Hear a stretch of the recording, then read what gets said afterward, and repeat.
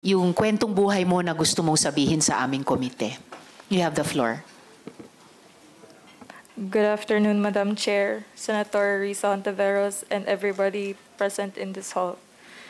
Ako, Ailas Marie Josephine, Filipino, nasa legal na edad at naninirahan sa Davao City. Matapos na makanumpa ng naaayon sa batas ay malaya at kusang loob na naglalahad ng mga sumusunod.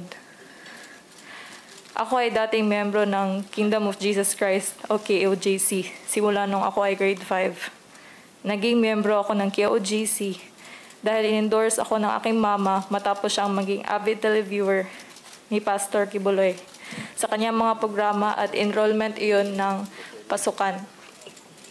Ayon sa kagustuhan ng mama ko, napagdesisyonan niyang ilagay ako sa KOJC para mapunta ako sa safe environment kasi natatakot siya na may mangyari raw masama sa akin kasi may itsura daw ako. Sa pagkakaalala ko, noong June 2013, dinala ako ng mama ko sa KOJC. Nag-attend kami ng Thanksgiving and Worship presentation sa KOJC Cathedral. Napaka-welcoming ng mga membro ng KOJC sa amin kasi kusa naman kaming nag-attend ng service worship nila. Sa pagkakataong iyon, nakuha namin ang atensyon ni Nelly Canada na sa pagkakaalam ko ay may mataas na katungkulan sa Jose Maria College o JMC bilang Dean o Administrator.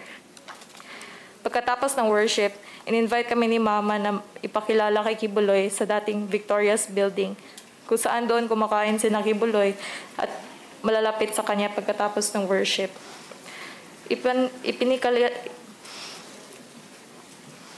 Nelly Canada let us meet Pastor and endorse ako ni Mama kay Kibuloy. Habang kumakain sila Kibuloy, kasama ang mga pastorals sa isang malaking round table, nag-usap ng saglit ang mama ko at si Kibuloy. And Nelly Canada also let me meet Pastor Kibuloy. Sa aking pagkakaalala, 12 years old ako that time. Nasa grade 5 ako noon. Narinig ko si Kibuloy na sinabihan si Nelly Canada na patirahin ako sa dorm. Sa pagkakataong iyon, natuwa ako kasi sa isip ko magkakaroon ako ng freedom since medyo hindi naman kami in good terms ni Mama. Ipinakita sa amin ang mga kwarto doon sa dorm at maayos naman ang mga kalagayan nito. Kinabukasan, kasama si Nelly Canada, kinuha namin ang mga gamit ko sa bahay, sakay ng isang Innova ng KOJC. At simula noon, doon ako pinatira sa loob ng compound. Habang nasa loob ng KOJC, nakatira ako sa dorm, kasama ng ibang mga miyembro. Sa pagkakaalala ko, nag-aaral ako ng grade 5 sa JMC habang binabayaran ng papa ko ang tuition ko, ngunit may discount bilang membro ng KOJC.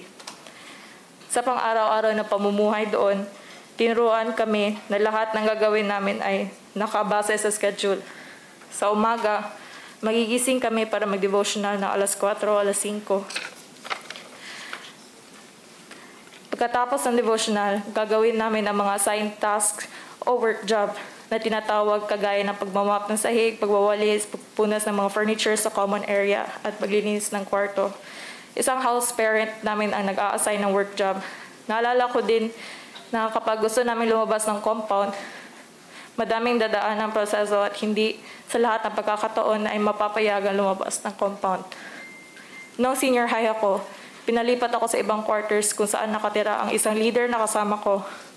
Sa panahong ito, nagsisilbi na ako bilang member ng choir. Kalaunan, na-assign ako sa pastoral department. Meron pa din akong work job at minsan nagsaserve ng pagkain ni pastor. Sa panahon iyon, napapansin ko parati niya kasama sa kainan si Stephanie Ibarra, na isa ring pastoral sa inner circle. Sa pagkakaalam ko at alam din ng lahat na paborito ni Pastor si Stephanie Ibarra. Parati kasama ni Kibuloy si Stephanie kahit saan siya magpunta. Mga taong 2017, naimbitahan ako na kumain sa JMC lobby kasama si Kibuloy at ng iba pang mga inner pastoral. Nalaman ko kalaunan na kapag nakakasama ka na sa ganitong groupings ay malapit ka na mapagbilang sa inner pastoral.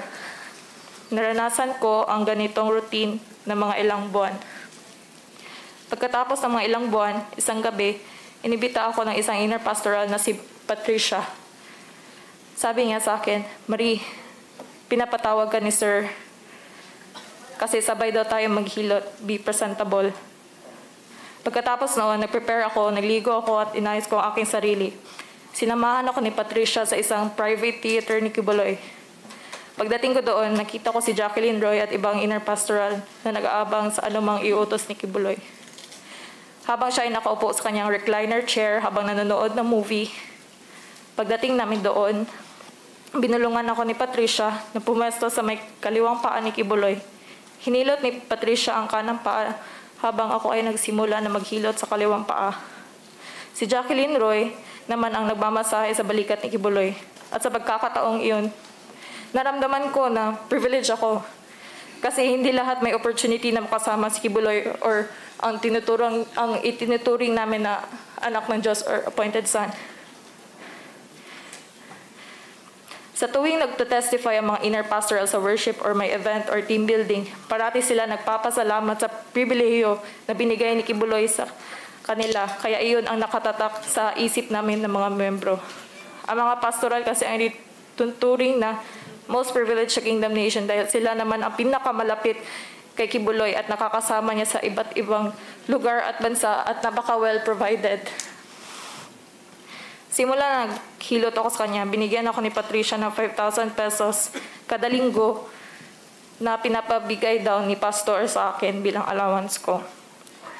Pinapalipat din ako ni Jacqueline Roy sa kwarto ni Patricia kung saan malapit ito sa kwarto ni Kibuloy.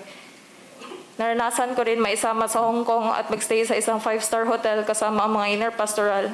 Binigyan din ako ng pocket money na pambili ng anumang gustuhin ko. Nagsimula rin ako maglinis sa kwarto ni Kibuloy kasama ang ibang mga pastoral. Hindi kasi lahat ng membro pwede pumasok sa kwarto ni Kibuloy. Nung nanging pastoral na ako, pinagbawalan ako ng mga nakakatandang inner pastoral na pumunta sa mga lugar na madaming lalaki o makipagkaibigan sa mga lalaki. Bilang miyembro ng KOJC, pinagbabawalan rin kami na magkaroon ng boyfriend o gumamit ng cellphone at pinagbabawal pa kami ng iba't pang mga bagay. Noong naramdaman ko na mapapabilang na ako sa inner pastoral, madami ako natanggap na mga bagay kagaya ng pabango, chocolate, damit na galing ibang bansa at iba pa. Paulit-ulit na lang ang ganitong routine sa aking buhay ng ilang taon sa loob ng KOJC compound noong February 2023. Dahil sa kagustuhan kong makapag-aral ng kolehiyo sa labas at sa paniniwala ko naman may kakayanan akong makapag-aral, lumayas ako sa KOJC compound at hindi na bumalik doon. Noong araw na mismo na iyon, pumunta ako kay Patricia dahil alam kong lumayas na din siya sa KOJC compound sa panahong iyon. Doon ko nalaman na inutusan siya ni Jacqueline Roy na ihanda ako para maging membro ng inner pastoral. Sinabi ni Patricia na kinausap din siya ni Kibuloy para ihanda ako na maging membro ng inner circle. Inamin din niya na si Kibuloy, inamin din niya na lahat ng akusasyon na sexual exploitation laban kay Kibuloy na inaakusa ng mga lumabas na pastoral ay totoo. Inamin din ni Patricia na inaalay nila ang katawan, isip, kaluluwa at spirito nila kay Kibuloy para sa mga sexual na gawain at paghihilot ay umpisa lang ng duty sa pagiging inner circle pastoral. Ayon sa kanya, sabi ni Patricia, dito sa panahong ito, sinisubukan ni Kibuloy kung handa na ba ang isang inner pastoral para ialay ang katawan, isip at kaluluwa para sa kanya. At nung nalaman ko iyon, nagtampo ako kay Patricia kasi pakiramdam ko,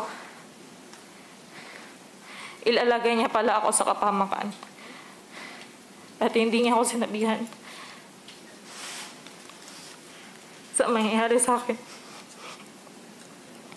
Pero nagpapasalamat naman ako dahil nakaalis na ako doon sa compound. At hindi ako napagsamandalahan. Kaya ako nagsasalita ngayon dahil as former member, alam ko na ang buong operasyon ng KOJC ay bawang panlilin lang lamang. Yun lang po, Madam Chair. Maraming salamat sa iyo, Marie. Ilang follow-up questions lang, okay? Kung maaari. Okay? Yes, Madam Chair. Alright. So, bilang muntik nang naging inner pastoral, bilang naging pastoral, ano yung paniniwala mo sa katauhan ni Quiboloy at kailangan nyo siyang pagsilbihan? Meron pa ba ikaw idadagdag na ano yung mga gawain nyo at ano naman din may idadagdag ka pa bang anong pinagbabawal sa inyo? Sa experience ko po, besides sa work job nung nandun pa ako sa loob, ako ay na-assign sa Kingdom Children Growth School or Global Child Evangelism. Kaya besides sa life namin doon sa quarters namin na naglilinis kami, nag-serve kami, ako ay may duties din doon na everyday doon ako. And back then, ang tunay na paningin ko talaga kay Pastor is father figure. Kasi lumaki naman ako na walang ama.